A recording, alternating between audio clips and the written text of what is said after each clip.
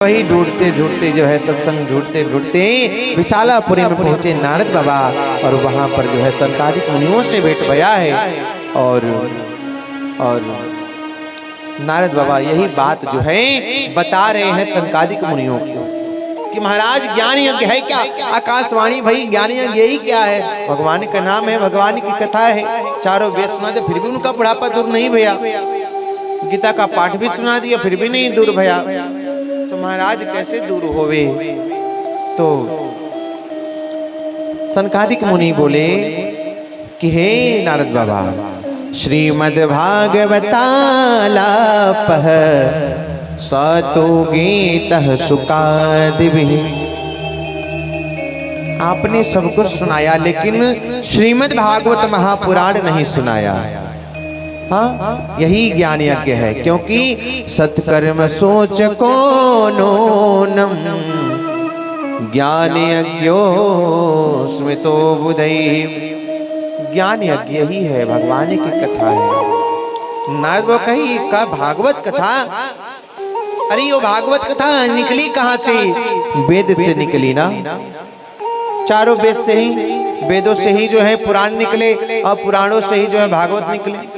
हाँ, तो बोले जो है सनकादिक मुनि समझाए कि देखिए महाराज, हे नारद जी, दूध में घी छिपा होता है, लेकिन घी का आनंद लेने के लिए सोचे दूध को पी लें, घी का स्वाद मिल जाए, होगा ऐसा?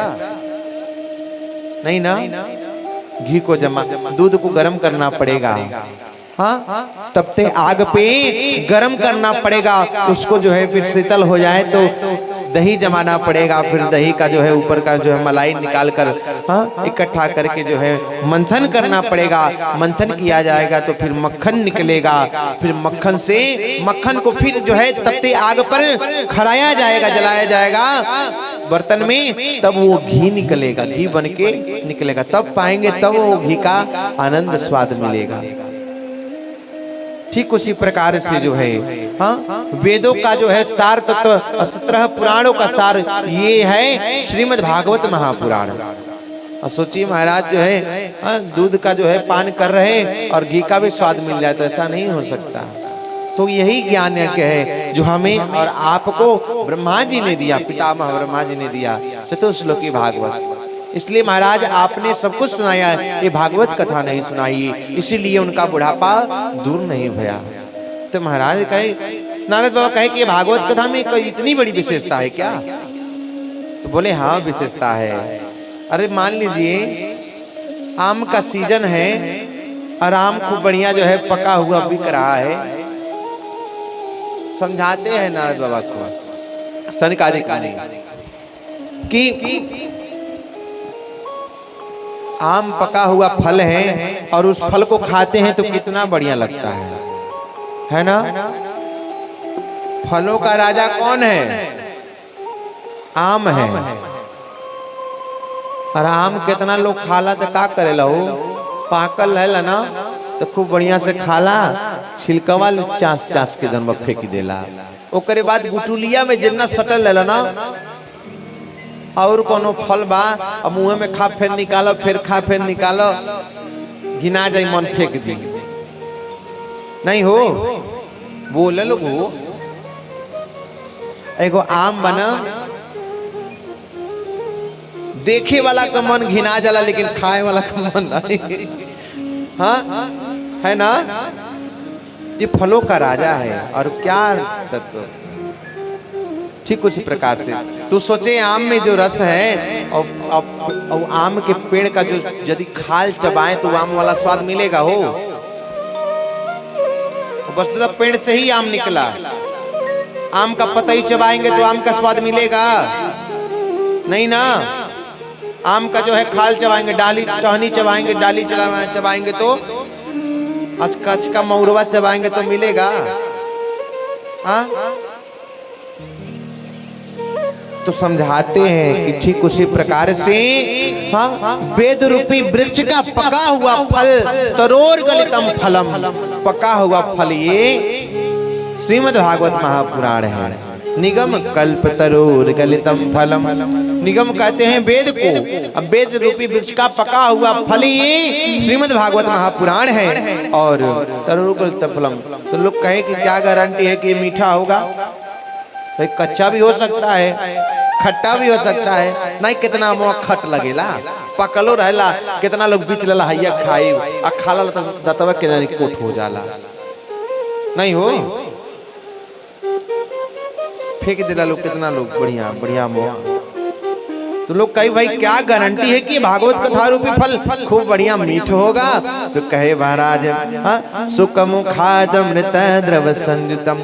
अच्छा, जिस फल में तोता यदि अपना चोट लगा दे, जूठा कर दे जिस फल को, तो फल क्या होता है?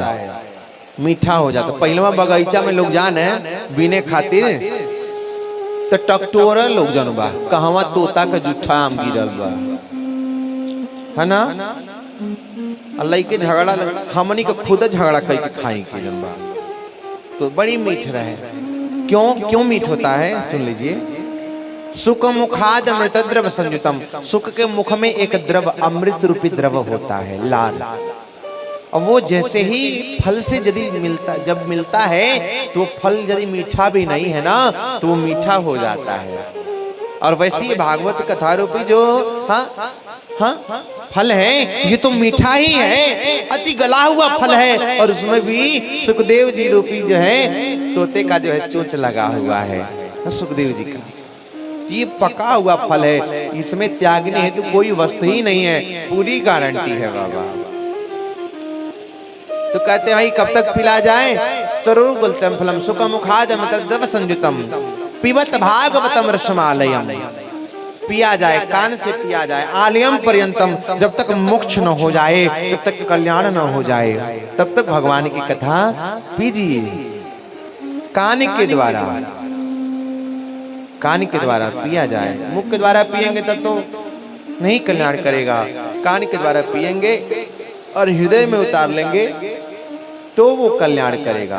अब कान के द्वारा पिए है, कान से सुने, दूसरे कान से निकाल दिए तो का हो? कल्याण हो?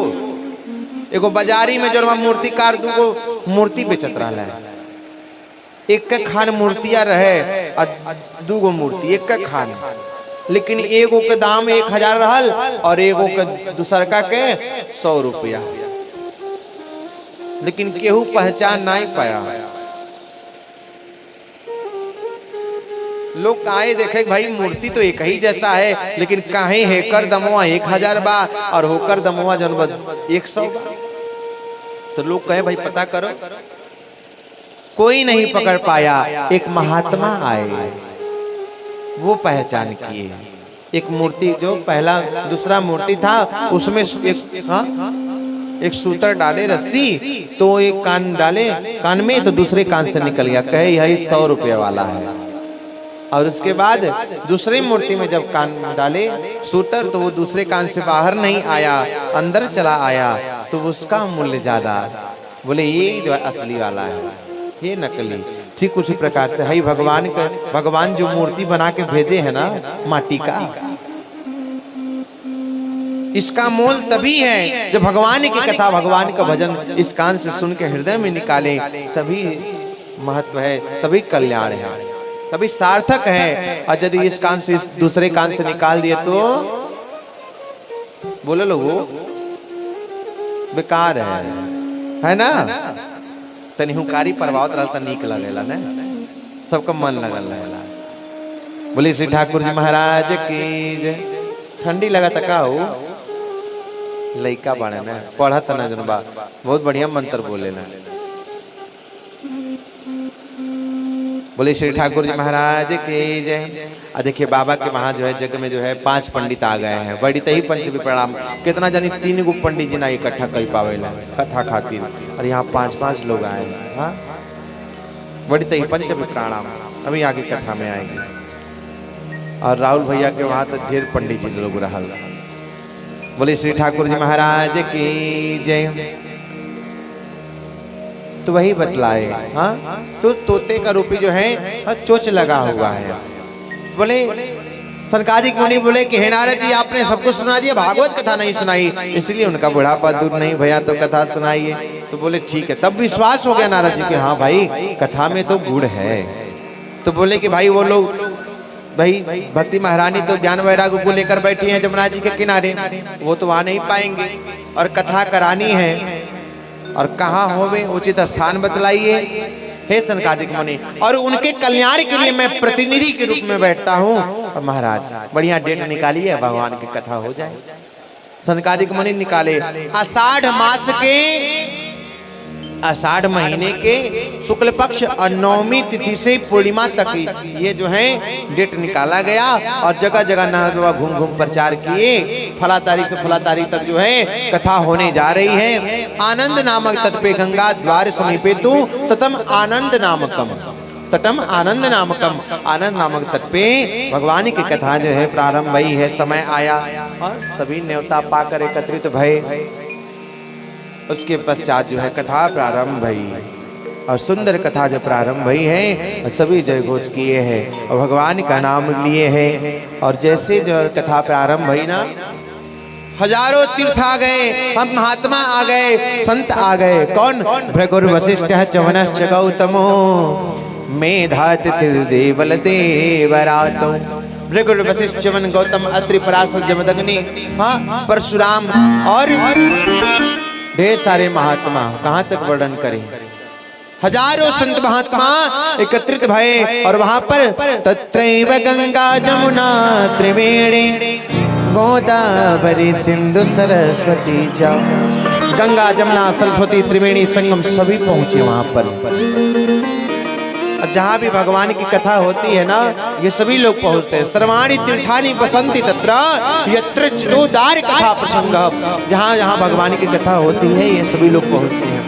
तो देखिए आज भी हम लोग गंगा मैया को लेके आए नदी से ना, दिन में सभी लोग जो है कितना बढ़िया से हमारे पंडित जी लोग, हाँ सहायक लोग, पंडित जी आचार्य जी कितना बढ़िया से जो है विधि विधान से जो है हाँ सुंदर जो है कलश यात्रा जो है करवाए। और कलश यात्रा में हमारे जजमान जी, बाकी जो है माताएं बहनें भाई बंधु सभी लोग जो है कलश यात्रा में भाग लिए। अब चल के जो है सभी देवताओं को जो है, जो नगर के क्षेत्र के जो गांव के देवता हैं उनको आवाहन किया गया, न्योता दिया गया। उसके पश्चात गए हम लोग नदी पे, और वहाँ पर जो है गंगा माई का पूजन कर जो है उनको जो है ला कर लेके आए, साथ में कलश में रख के।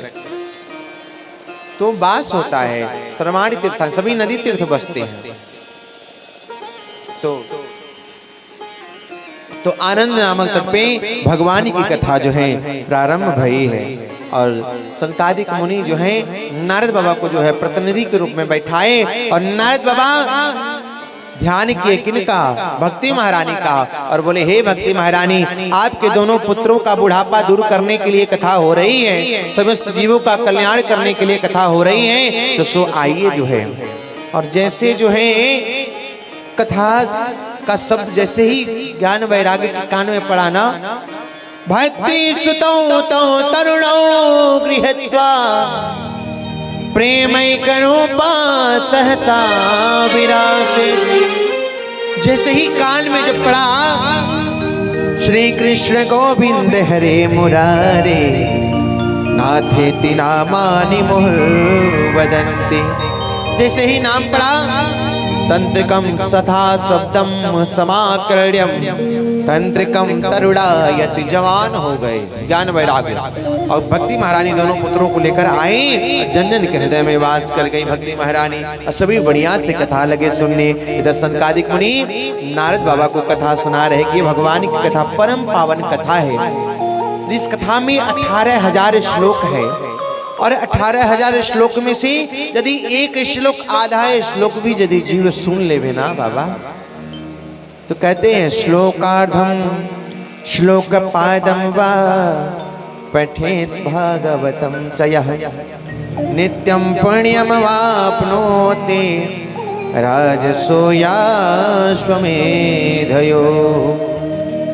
नित्य पुण्य प्राप्त होता है यदि एक श्लोक आधा श्लोक भी, आधा में से भी यदि आधा श्लोक यदि कान में सुनाई पड़ जाए ना, तो राजसूयाश्वमेधयो, जो अश्वमेध यज्ञ, जो राजसूय यज्ञ होता है ना, जो बड़े बड़े राजा महाराजा ही कर पाते हैं। छोटे मोटे राजा, हाँ, हम आपकी तो बात ही छोड़िए, हाँ, राजा भी लोग नहीं कर पाते, महाराजा लोग कर पाते हैं उस महायज्ञ को। जो बड़े बड़े राजा पुराणों में कथा सुनने की बात, राम जी ने किया, हरिश्चंद्र ने किया, हाँ, कपिल जी ने किया इत्यादि वगैरह, वो अश्वमेध यज्ञ करने का बराबर पुण्य फल मिलता है। लेकिन अब पंडित जी बाँचे तो लोग कहिए बाबा कथवा ना आई होता, इस लोग की समझ में नहीं ख्या। अरे समझ में ना आए भले ठीक है, लाभ तो मिलेगा ना आपको। दवाई है डॉक्टर साहब दे रहे हैं, वो में का पड़ल बाटे, कौन कौन मटेरियल, कौन कौन आयरन जानल जरूरी बाटे। बस बुखारे की दवाई हो खा लो तो लाभ मिल जाए, वैसी कथा है ना।